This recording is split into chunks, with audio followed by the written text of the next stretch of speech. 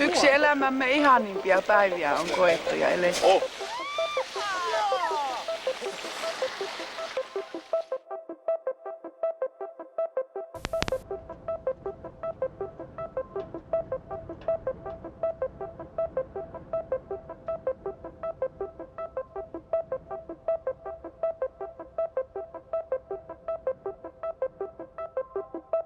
Täällä oli silloin heti alkuvaiheessa paippi, mikä tietenkin kiinnosti. Ja sitten sen paipin mukana tuli niinku noin hyndät, niin ne oli vielä semmoinen lisä.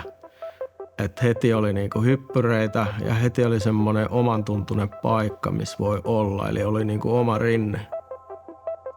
Se oli ehkä se suurin juttu.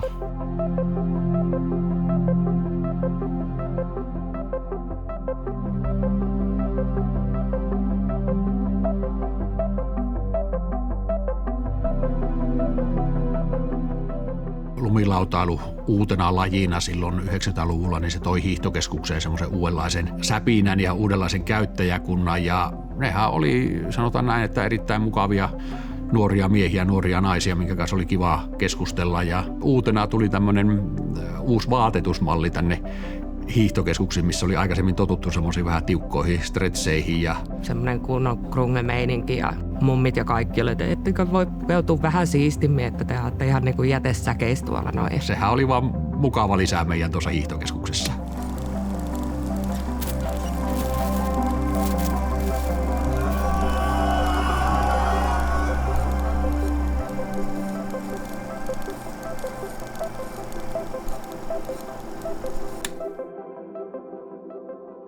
Jos painus frontti, niin siinä on kauhea highway. Kummasta sä oikein aloit? Backsides vai? Backsides, siinä on himmeä king. Mistä te puhutte? Mä oon yrittänyt katsoa noita sanoja tästä kirjasta, mutta en todella löydä. Häh? No, laskemisesta. Eli lumilautalla oli joku tämmönen oma slangi sit näköjään. Niin, se on ihan normaalia niinku... Ja tavallista suomen kieltä. Niin, mitä me niinku puhutaan. Aha.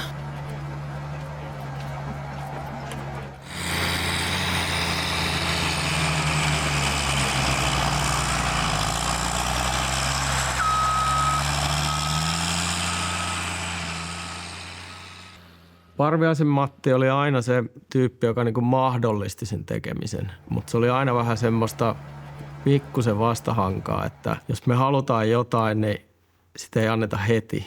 Että se annetaan sitten, kun on vähän aikaa lämmitellyt ja useamman kerran pyytänyt. Kyllä siinä ehkä oli myös sitä sitten, että Matti vaati meiltä sen, että meidän pitää niinku oikeasti haluta sitä, että me saadaan rakentaa sinne jotain.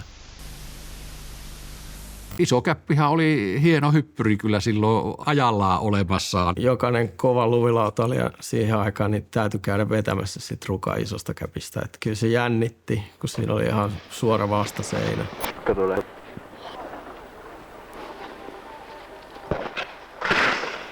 Tuli vähän vastamäkeä.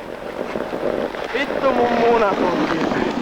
Mutta eihän se niinku loppupeleissä ihan hirveän iso ollut ja se ilma-aika oli melko lyhyt. Mutta kyllä se siisti oli käydä vetämässä ja kyllä sitä paljon hypittiin.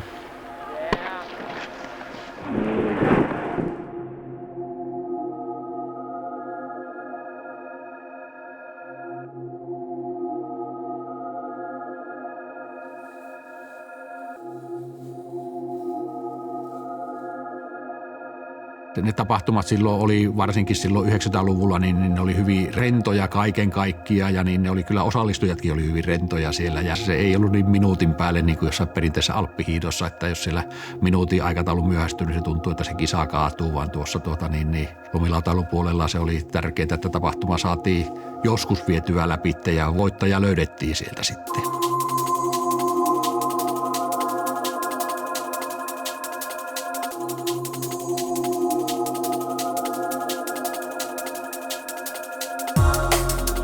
Tosi hyviä ilmoja on. Että tuolla niinku varmasti pärjäs vanhemmissakin. Varmaan ollaan väksiä pohjaa laitettu. Markku on niinku tosi hyvä spinna, että sieltä vielä voit no tuohon tulee McTwist. Mut siinä tulee nyt 900, että noit ei oo paljon näkynyt.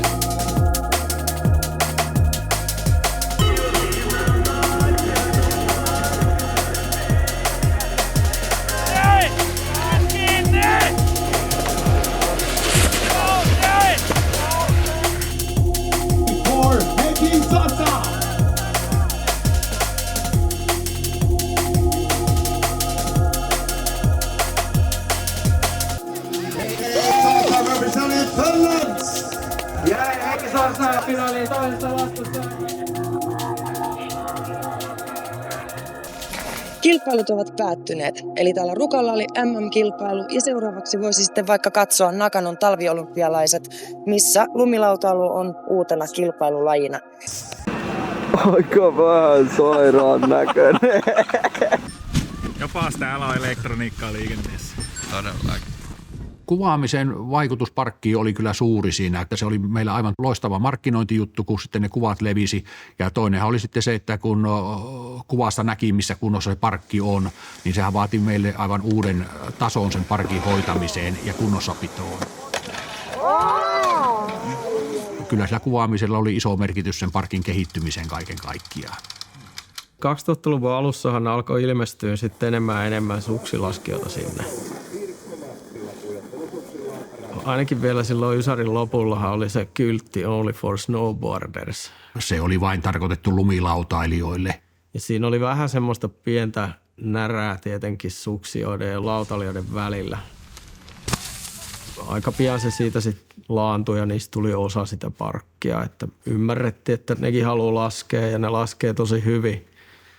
Välillä katsoo vierestä, että ne vetää paljon isommia ja hullumpia temppuja kuin lautailijat, mutta heillä on 4 kanttia.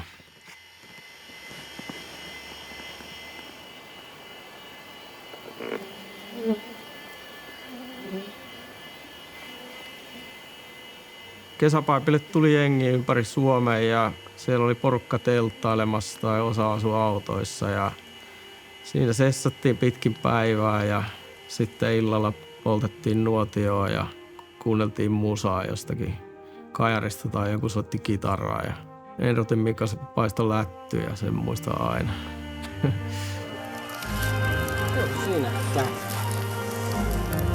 Siisteimpiä juttuja, mitä on ollut niin kuin kesällä täällä koskaan. Muurahaisen elämä. Seuraat koko päivä yhtä muurahaista.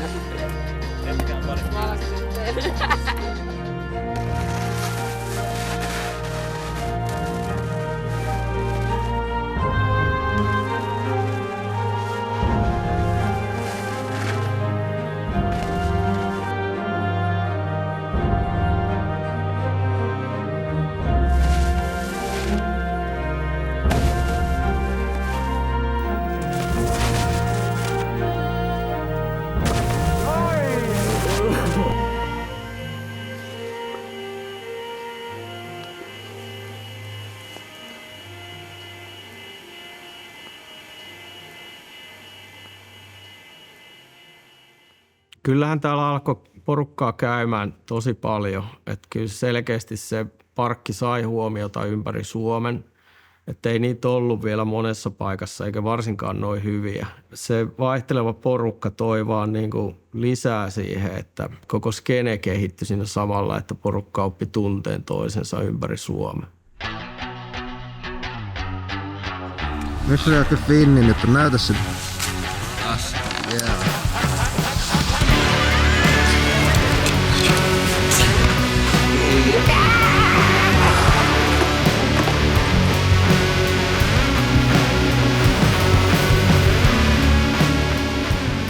Laji veti puoleensa omalaatuisia, vähän niin kuin itse hiihtäjiä tuolla noin, mutta sitten kun päästiin rinteeseen, niin oli niin kuin samanlaista porukkaa.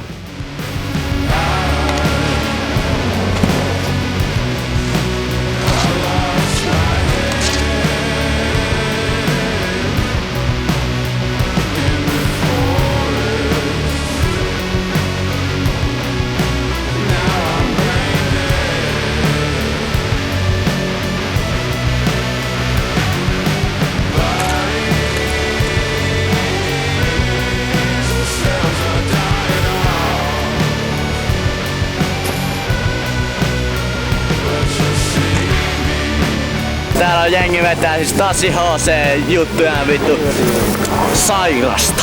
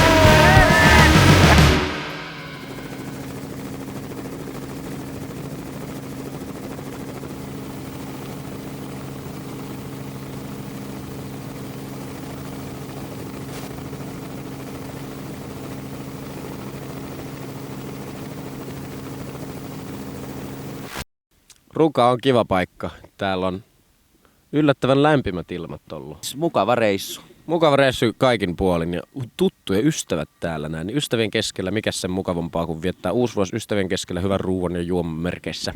Ja rakkaan tyttöystävän. Niin. Mitä mulla ei oo. niin. Tässä Ruka 2005. Aletaan.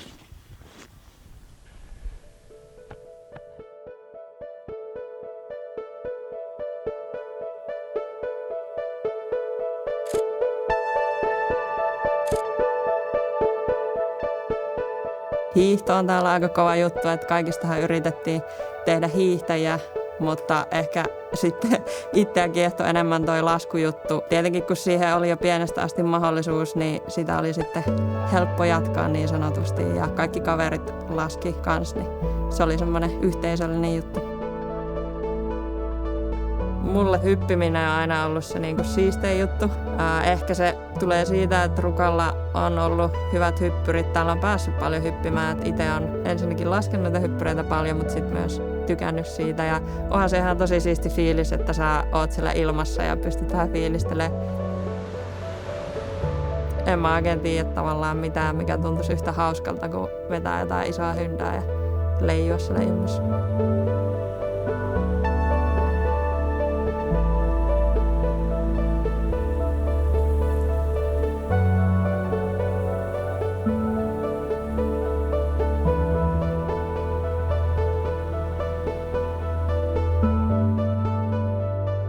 Tyttösessareilla oli mulle ihan tosi iso merkitys, että se oli tavallaan se portti, minkä kautta pääsi kunnolla mukaan tuohon parkkilaskemiseen ja sitä kautta mä rohkaistiin menemään mun ensimmäisiin kisoihin. Itse on ehkä luonteeltaan myös aika ujo, niin tavallaan kun tuli tommonen tapahtuma ja se oli niinku just suunnattu tytöille, niin siihen oli helpompi sitten mennä mukaan. Voi olla, että ilman tyttösessareita niin voisi olla tekemässä myös jotain muuta, että se oli tosi merkittävä itselle.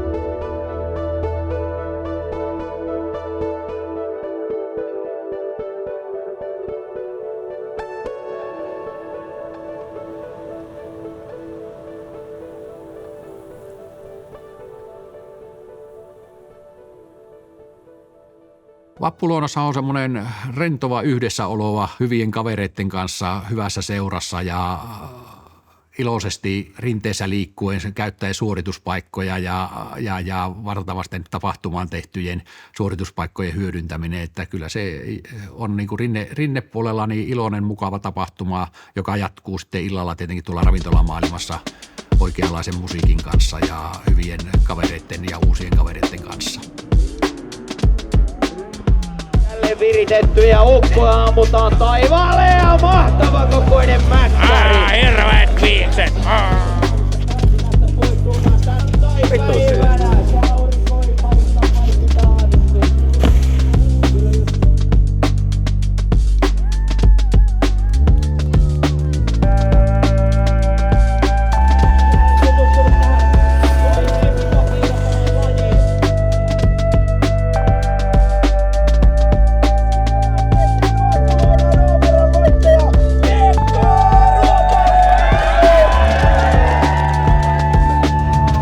Siinä kelepaa löylyttää tämmöisellä kelillä ja tämmöisessä fiiliksessä.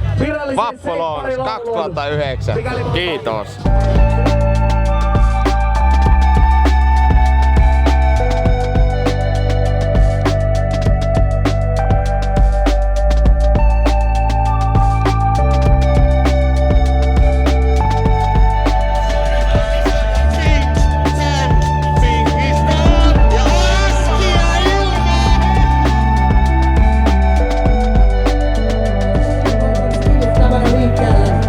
Iso Antilla, onko viestymistä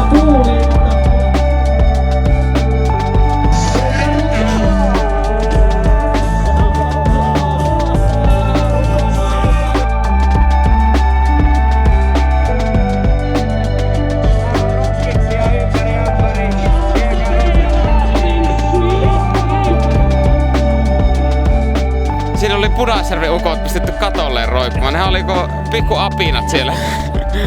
Ja siinä oli heiluria kanssa liikettä. Pojat siitä sai joku palakinnonkin vielä, että kyllä kannatti.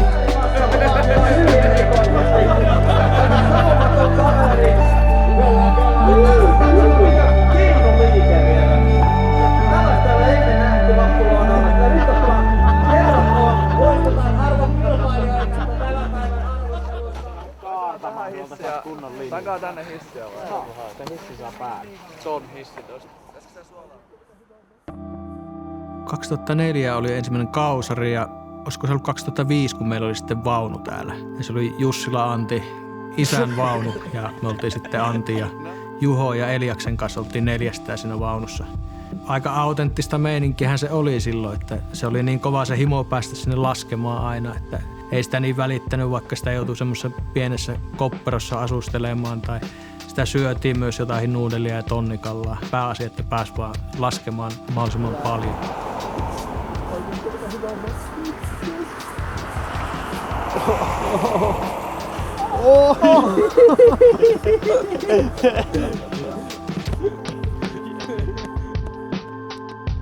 Kyllä mulle tärkeintä lumilautailussa on se vapauden tunne ja se, että saa toteuttaa itse. Saa sitä omasta mielikuvituksesta totta. Ja sitten se yhteishenki, mikä siinä on, että kavereiden kanssa pääsee laskemaan ja pitämään hauskaa ja kehittämään toisia ja luomaan jotakin uutta. Ne hetket, kun yhdessä jaetaan näitä, niin ne on jotakin semmoisia, mitkä jää sitten elämään pitemmiksi aikaa.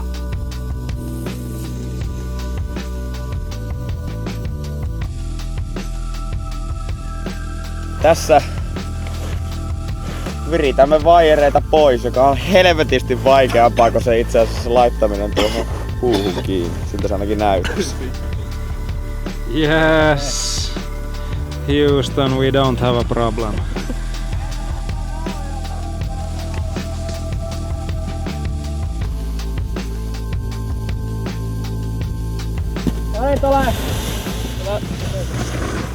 Rodeoita tuli täällä puskettua paljon. Sitten mä olin Travis Riceilta nähnyt, se oli ensimmäisenä maailmassa tehnyt sen tuplapäkki rodeo tonni ja vaihtoi sen crapin siinä matkalla. Sitten mä ajattelin, että mä haluan kokeilla itsekin sitä samaa. Se oli tuo Rukan väliboksi, missä sitä lähdettiin sitten hahmottelemaan ja ei siinä hirveän monta yritystä loppupeleissä mennyt, että sitten sen lännäsi. Koko miljöö ja keli ja kaikki oli niin kuin vimosen päälle. Niin sitä jäi kyllä fiilistelemään sitten itsekin jälkikäteen, että tuli nyt ehkä saatua jotakin semmoista aikaa, mitä sitten on mukava itsekin kiikkustuolissa vielä verestellä.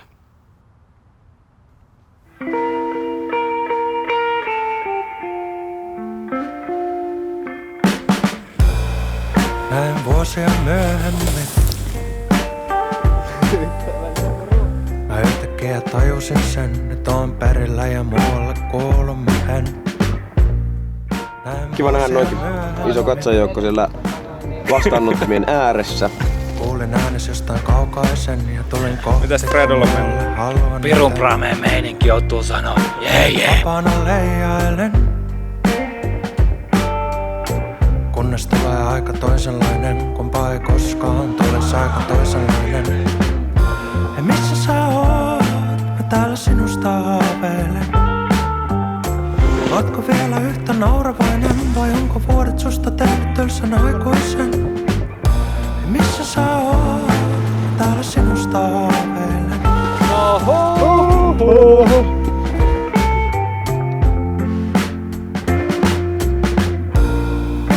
Silmäni aukaisen.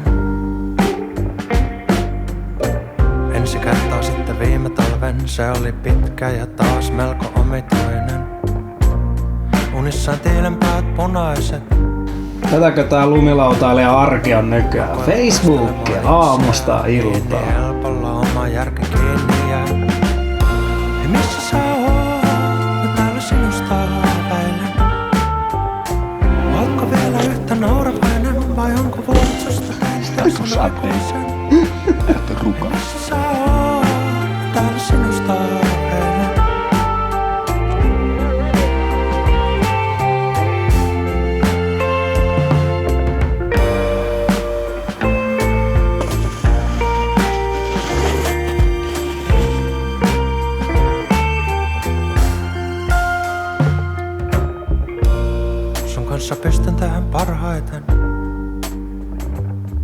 Hyvin siedä viisastellut jonkun eropatin, jolta ohi meni, että meissä on erojakin. Sun kanssa pystyn tähän parhaiten. Ja myötäs ollut oon mä onnellinen, ja hiljaa toivon, että tuo ei aika toisenlainen. Ja missä sä oot, mä täällä sinusta haaveilen. Ootko vielä yhtä nauravainen, vai onko vuodet susta tehnyt tylsän aikuisen? Ei missä sä oot, mä täällä sinusta haaveilen.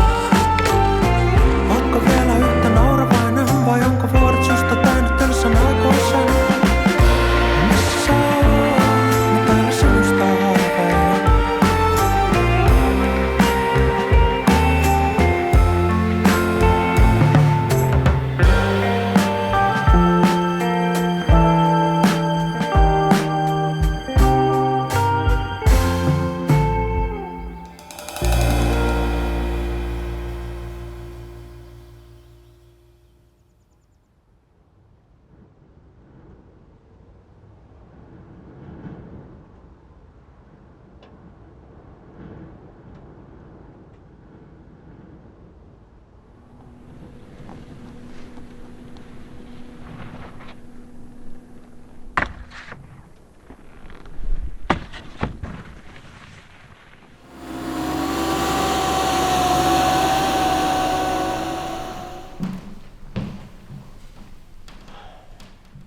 Ruka on ollut isossa roolissa mun lumilautauralla tietysti, että mä oon ihan pienestä pitäen tehnyt sinne aina reissuja, varsinkin alkukaudesta ja silloin uran alkuaikoina myös keskellä kautta. No niin Eero, mihin me ollaan menossa? Kulmaa Rukalle. Ja Ruka oli aina itselle se paikka Suomessa varsinkin, missä pystyi niinku hyppiä kaikista isoimpia hyppyreitä ja oppia ehkä niin sanotusti pahempia temppuja. Jos uskalsi hyppää siitä Rukan isosta hyndästä ja uskalsi tehdä temppuja siitä, niin se oli kova juttu sinä päivänä. Ja se oli semmoinen niinku ukitteluhyndä, että aina puhuttiin silleen, että okei, että tekee jotain, tekee Rukan isosta hyndästä, niin jengi on tosissaan.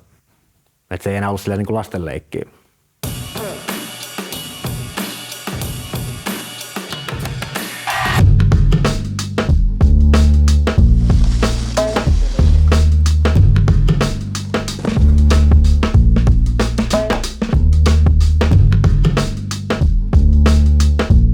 Mulle tänä päivänä Rukareista on vähän semmoinen henkireikä, että vähintään kerran 2 kauteen on pakko päästä Rukalle ja aina saada hyvä frendi niin lähteä sinne ja se on sitten niinku semmoista 247 snoukkauksen hengittämistä.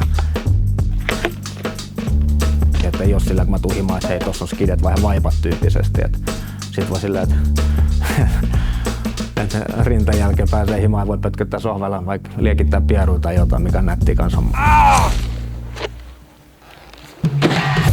Ruka on itselle ollut kyllä ihan mahtava mielestä siinä mielessä, että just se yleensä on ensimmäinen keskus Suomessa, joka avaa rinteet ja aina kun ne avaa rinteet, niin heti parkki on jossain määrin kunnossa. Varsinkin tänä päivänä nyt, kun Ruka on niitä säilölumihommilla pystynyt avaamaan rinteet jo lokakuussa, niin tuntuu, että on saanut vähän niin kuin aloitettu sen kauden jopa kuukauden aikaisemmin kuin ennemmin. Että aikoinaan kun meni sinne alkukaudesta, niin silloin saattoi olla 1 tai 2 reiliä rinteessä. Ja nyt se on yhtäkkiä silleen, että rinteessä on 20 reiliä ja bokseja ja rainbowta ja mitä kaikkea muuta ja hyppyreitä vielä.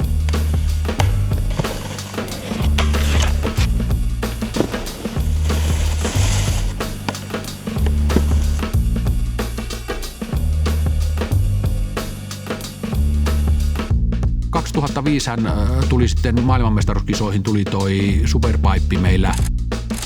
Investointiin siihen yhdessä Kuusamon kaupungin kanssa ja silloinhan oli paippilaskijoita, oli Suomessa aika paljon ja oltiin maailman huipulla, mutta sitten se lähti se laji tuossa hiipumaan pikkuhiljaa ja siellä ei oikeastaan niin kuin enää kilpailulaskijoita ollutkaan Suomessa sitten olemassaan ja se on nyt ollut meillä pari vuotta nyt vähän jäähyllä se paippi siinä, mutta niin jos sille vähäkään tuntuu, että tarvetta on ja käyttäjäkuntaa löytyy, niin kyllä se siinä on helposti saatavissa takaisin uudestaan käyttöön se paippi.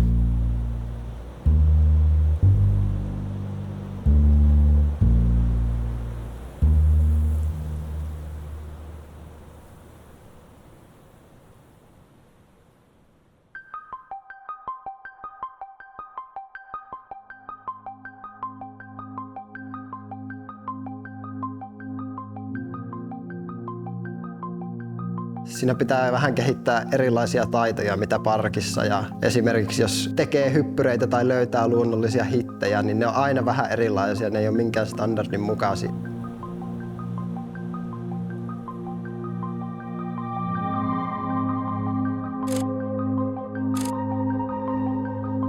Kelolta ja Kumpareemältä löytyy parhaat rännit, muutamat side-hitit, jotka myös muuttuu joka vuosi. Varsinkin niin kuin talvella ja keväällä, kun aurinko laskee sinne suuntaan. Jos se aurinko pilkahtaa, niin se on aina niin kuin aivan älyttömän siistin näköistä. Ei sellaista niin kuin maisemaa ja valoa oikein näe missään.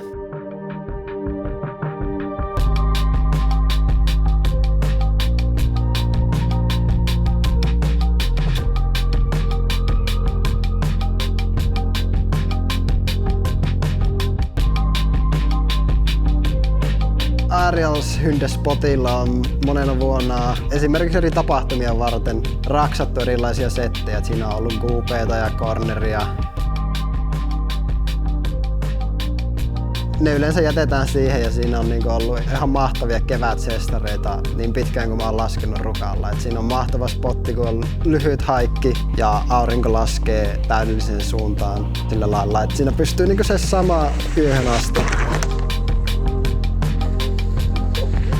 Vaikka rinteet olisi mennyt kiinni, niin sestarit jatkuu hyvin usein siinä Aerials Hyndillä.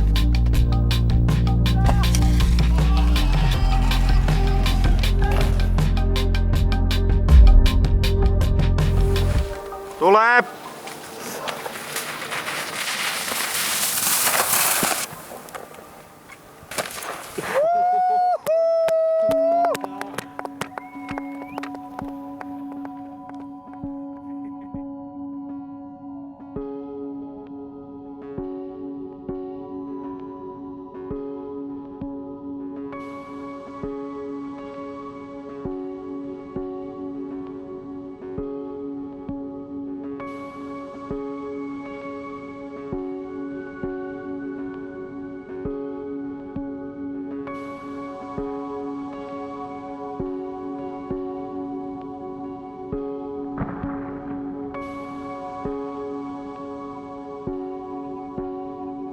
Rukan parkki on menestynyt ehkä sillä, että täällä on aina kuunneltu laskijoita. Ollaan oltu valmiita tekemään töitä sen eteen, että saadaan hyvät hyppyrit ja kaikkea muuta erikoista, mitä laskijat tonne rinteeseen ikinä haluukaan.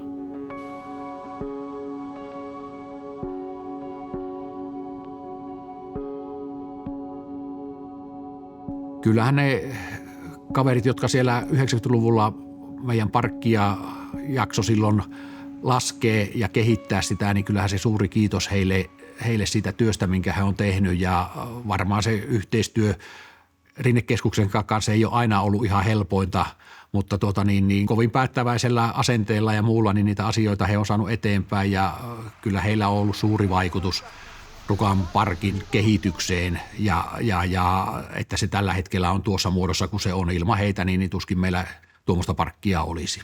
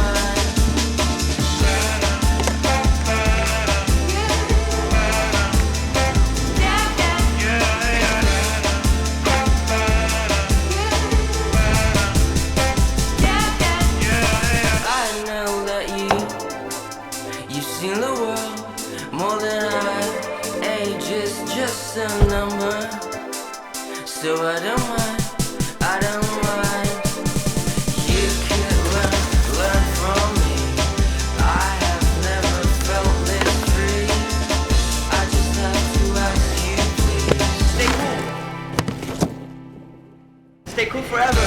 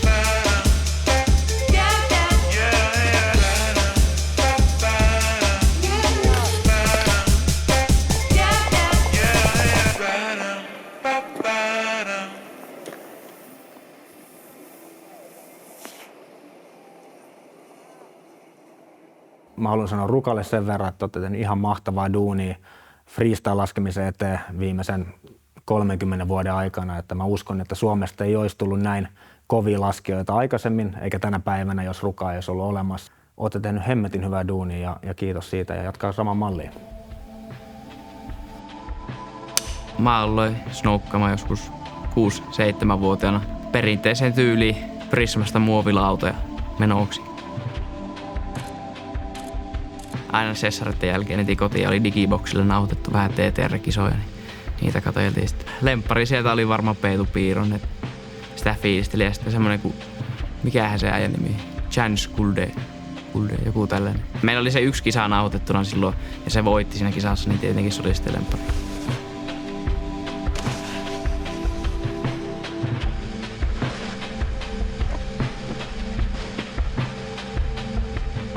Rukalle mä tyyliin tulin 2017. Tultiin tänne, koska täällä oli hyvä vaunualue. Ja sitten täällä oli huippuolosuhteet, pystyi laskemaan pitkään ja sitten kaikki kaverit oli täällä. Doghouse on semmonen kaveriporukka. Ja Doghouse kuvaa lumilautavideoita kadulta lähinnä. Suurimpaa osan dogeista on varmaan just täällä tutustunut. Että kyllä mä oon niin kaikki tuolta sosiaalisesta mediasta tiennyt ennestään, mutta sitten kun me kaikki tultiin akatemiaan tänne, sitten se meni ihan eri levelille. Tässä asennussahan pitäisi istua päivittäin kuin 20 minuuttia. Vissiin pitäisi marjoja ja vihanneksiakin syödä kuin 5 kiloa. Täällä Rukalla ei kyllä tule vittu ollenkaan vihanneksia syödä. Se on vihanneksia viimeksi silloin pisteessä, kun sieltä sai, niin oli se ilmainen laulu.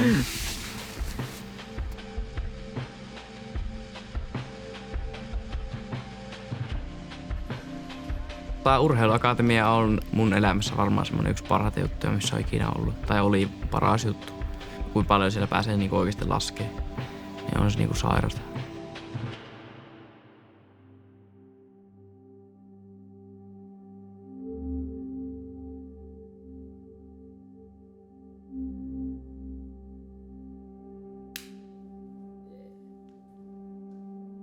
Mä aloitin parkkilaskemisen Ranskassa, kun me asuttiin perheen kanssa siellä 10 vuotta. Ja maajoukkueen kautta sitten pääsin kevätleirille Rukalle.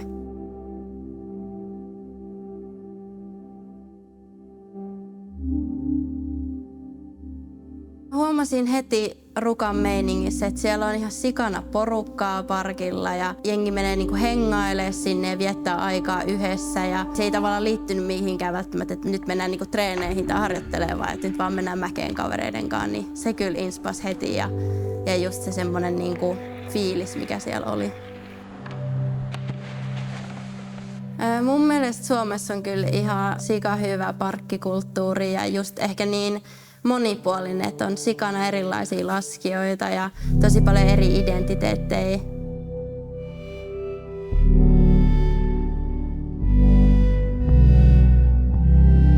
Se inspiroi mua tosi paljon, että mä pääsen olemaan osana sitä niin kuin vahvaa laskukulttuuria. Se on tosi siistiä.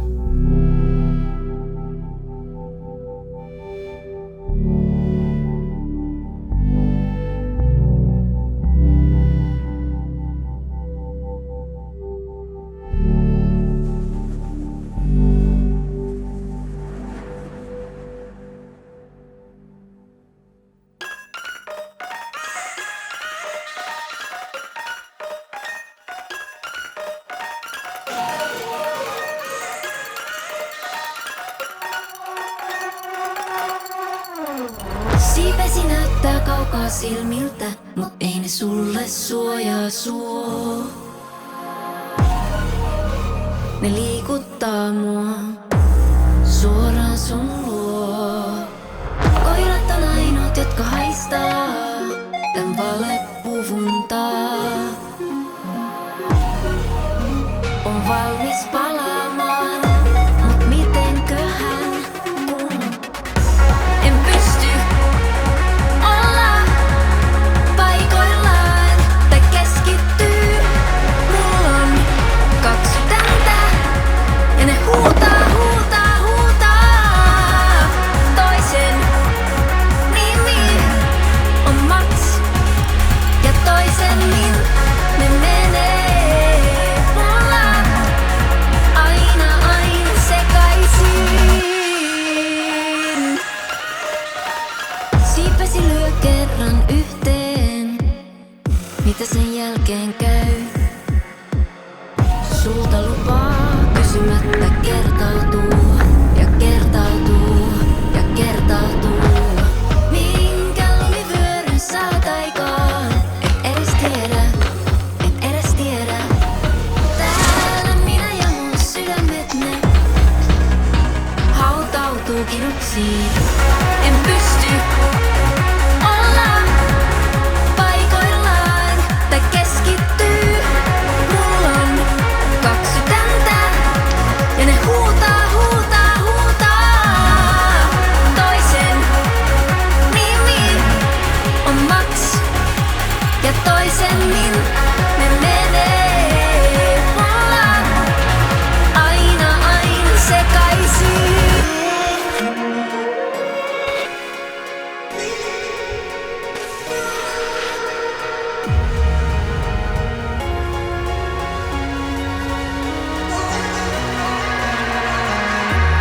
Toinen etsii ne muoon ja toinen etsii menoa. Kylkiluiden alta kultaan. Mitä lie yö tai umpikultaa.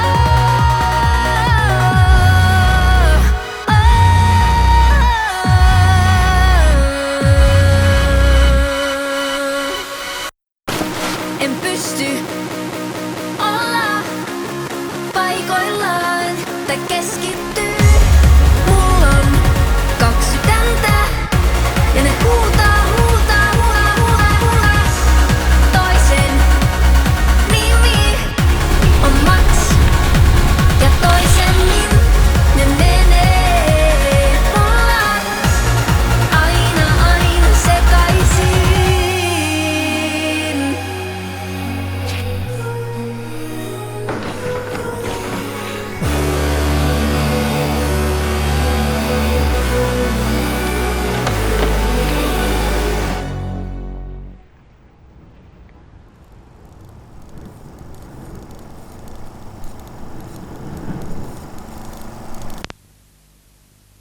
Lumilautailussa höllii niinku kaikki. Onhan se niinku varmaan omasta mielestä yksi kutaisimpia niinku tämmöisiä urheilulajeja. Tai no niin, urheiluja. Miksikään sitä voi sanoa, mutta nättiä se on.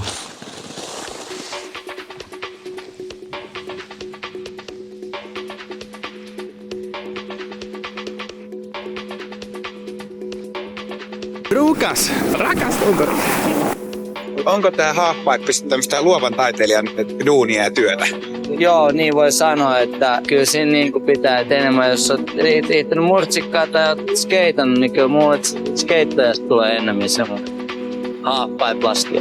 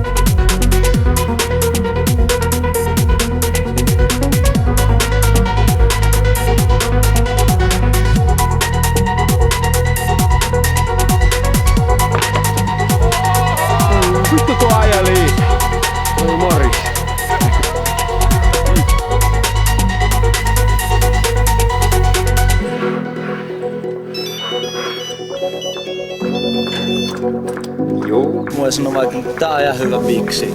Joku avain on siellä biksissä, se on jemmas, jestas. Jossain mestas. Joo, täällä on kaikenlaista.